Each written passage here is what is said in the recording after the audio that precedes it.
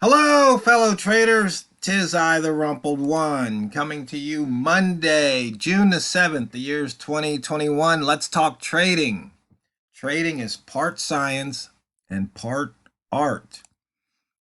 And these videos are for educational purposes only. Your results may differ from mine. What do I mean, part science and part art? Well, the thing about trading is you don't know what the outcome's going to be. You don't know if price is gonna go up or price is gonna go down. You know it's gonna probably do one or the other. Might even do both from when you enter. It's just, which way and to what degree. And so, the way I set up systems, it's pretty much based on science. All the frequency distributions and ranges and all those different statistics that I run and I build systems around. But the thing is, one person can use a system and win and the other one can lose, and that's the part that's art. And Walmall and I talk about it all the time that it's basically seat time in front of the screen, time practicing, because you can almost think of trading as a sport. you know you want to win, you want to put points up on the board. In this case, points or dollars or pips, however you want to keep score. And you don't want to lose any. So you have to have those type of strategies in mind. And one of the things I see traders struggling with, like some of the guys out there at the Facebook group, they almost seem like they're trying to make it so they're never, ever, ever going to have a losing trade. And that's just an exercise in futility. You have to remember, Vegas builds tall buildings on odds that are thin as 0.5%. It's just they do so, they have so many people playing those games that penny by penny, nickel by nickel, dime by dime, quarter by quarter, dollar by dollar, their profits just go up and up. And that's one of the things about trading that some traders don't seem to understand. They're it's exciting. They can't wait to make $1 million and drive that Lamborghini. And some of these new guys trading, especially in the crypto world, they get lucky, and next thing they know, they turn $1,000 into $1 million. Because they bought something where you could buy $1 million, for $1,000 or something, because it was some new crypto. And it's basically really a lotto ticket. That's the way I look at it when you're looking to make those big gains. But trading, is more of a grind it out type of thing. Now, some people grind harder than others, like Walmall. He'll grind out those pips all day long. In fact, he's not around today because he's feeling ill, but he's still out there trading. And Walmall, if you watch this video, if you were trading, no, I don't think he's trading at this time. This is almost 1 o'clock his time. I think he'd be done, but I don't know. That guy's an addict. But the point is, some of us can just grind it out, a pip or two at a time and stack up the pips. And, I know other traders that they'll put the trade on, and then, 5, 6 hours later, they might be putting 50 pips in their pocket. So it just depends on how you want to trade, as I always end the videos by saying that. So, but still, part of it is science. And that's where your method comes in. And part of it's art, and that's your decision making. We always talk about the brain management, and that's a big part of the art, is that you don't let your mind get stuck on these, because once a trade is over, it's over. It's just like when I shoot pool. Once I miss a shot, it's over. I might as well just forget about that shot, and if I get another turn in that game, then I need to focus on doing what I need to do, which is aim and just push the cue stick forward. I mean, and it's funny because that's what I kind of tell myself when I'm playing, and sometimes I forget to tell myself, and then I do something kind of silly. But it's just like in trading. You might have certain things that you tell yourself to do before each trade. And by the way, when you have those types of rules, the rules have to be positive because that's the way the mind works. So you tell yourself to do something rather than not to do something. So instead of saying, don't trade against the H1 candle color, tell yourself to only trade with the H1 candle color. And believe it or not, it makes a big difference. Even though I always say rule of thumb is don't trade against it because that's just um, it's more striking that way. It hits a little bit harder. It's like, why would you go short on a green candle?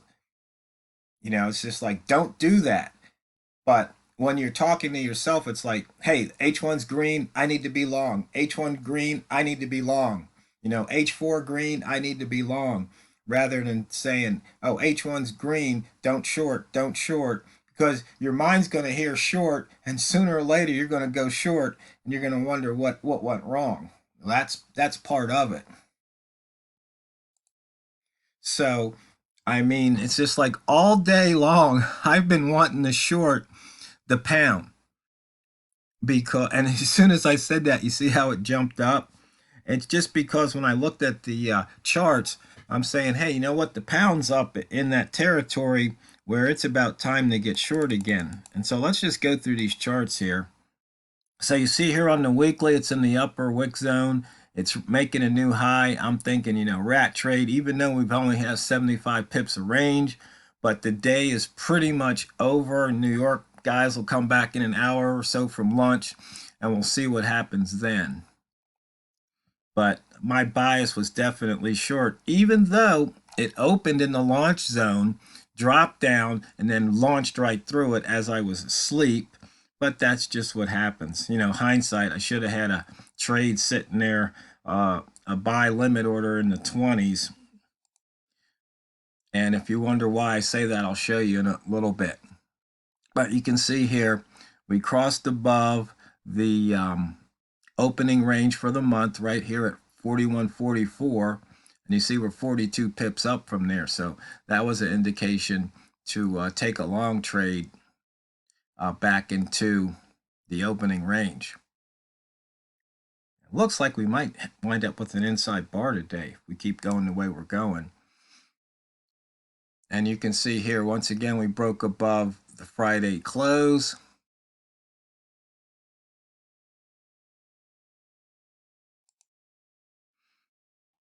And you can see right now, inside bar from 6 days ago, we broke above that low. The daily low, we never tested the daily low from the weekly inside bar from 2 weeks ago. Once again, plenty of inside bar trades. I know there's a few traders out there that like to do those. No pairs over 100 on the range. Another reason why I'm looking for the pound to come back down. And you can see here, it hasn't closed above this level. It only closed above that level once. And you can see here, it only closed above this level 3 times. So it's in the area where the sellers just want to push it right back down. We took out the pivot. Also, you can see the future pivot point here if you're wondering what FPP is, and price will probably come back down and take that out tomorrow if it because you know how the price likes to take out those pivot points. Rats, red rats, like I said, I'm just sitting here waiting to feast. But as you can see, there really hasn't been much of a feast. Now I mentioned that 20 trade, I should have put a limit in, order in at 20. You see right this area right here, it was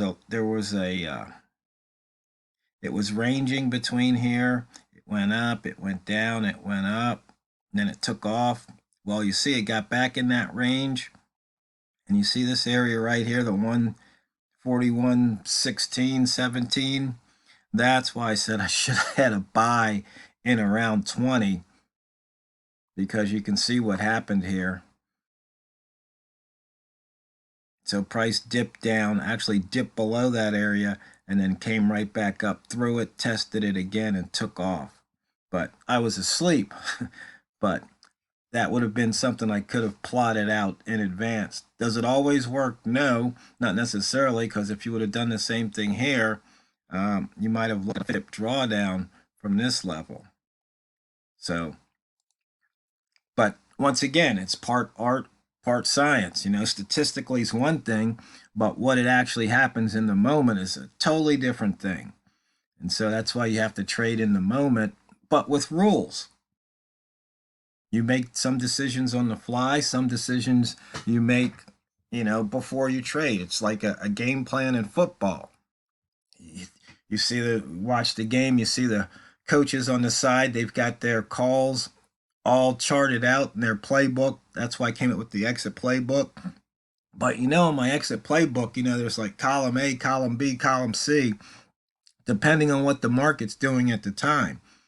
So you can see here price is going up, but you look left, you say, man, it's had a hard time in these areas. So, once again, we're in that upper rat zone here from the previous day and the previous day before that.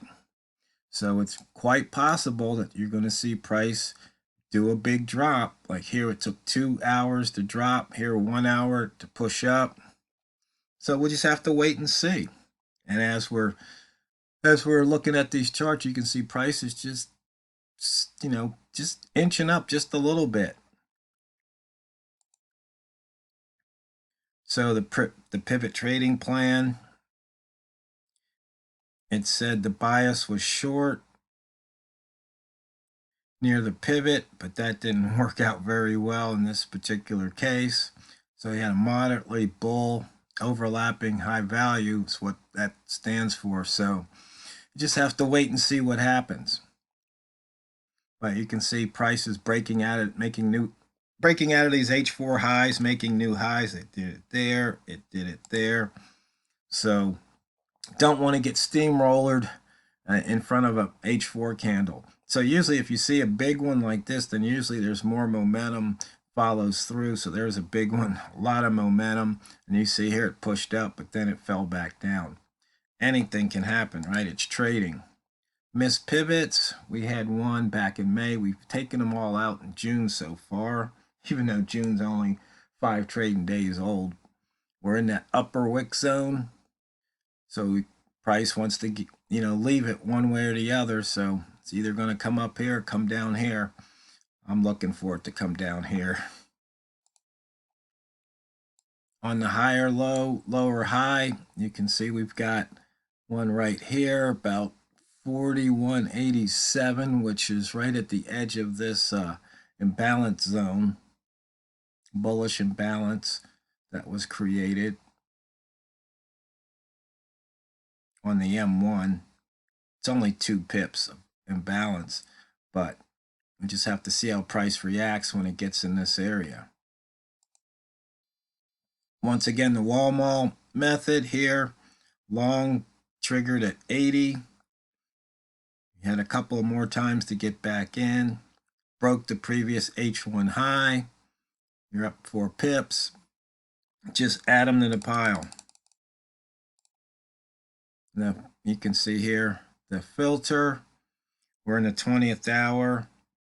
And this is why Walmart shouldn't be trading at this time, because you see how the percentages just drop off. In fact, I don't even think he trades the last hour, because that would have been 1 o'clock New York time. So right here, this is the last hour to trade the Walmart method.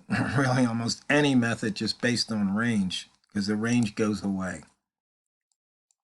So fellow traders, maybe Walmart will be feeling better today or tomorrow. I hope so. He can join us on this chat. But just remember, part art, part science, because it's not what you trade, it's how you trade it. So go out there and drain the banks. This is TheRumpledOne, over and out.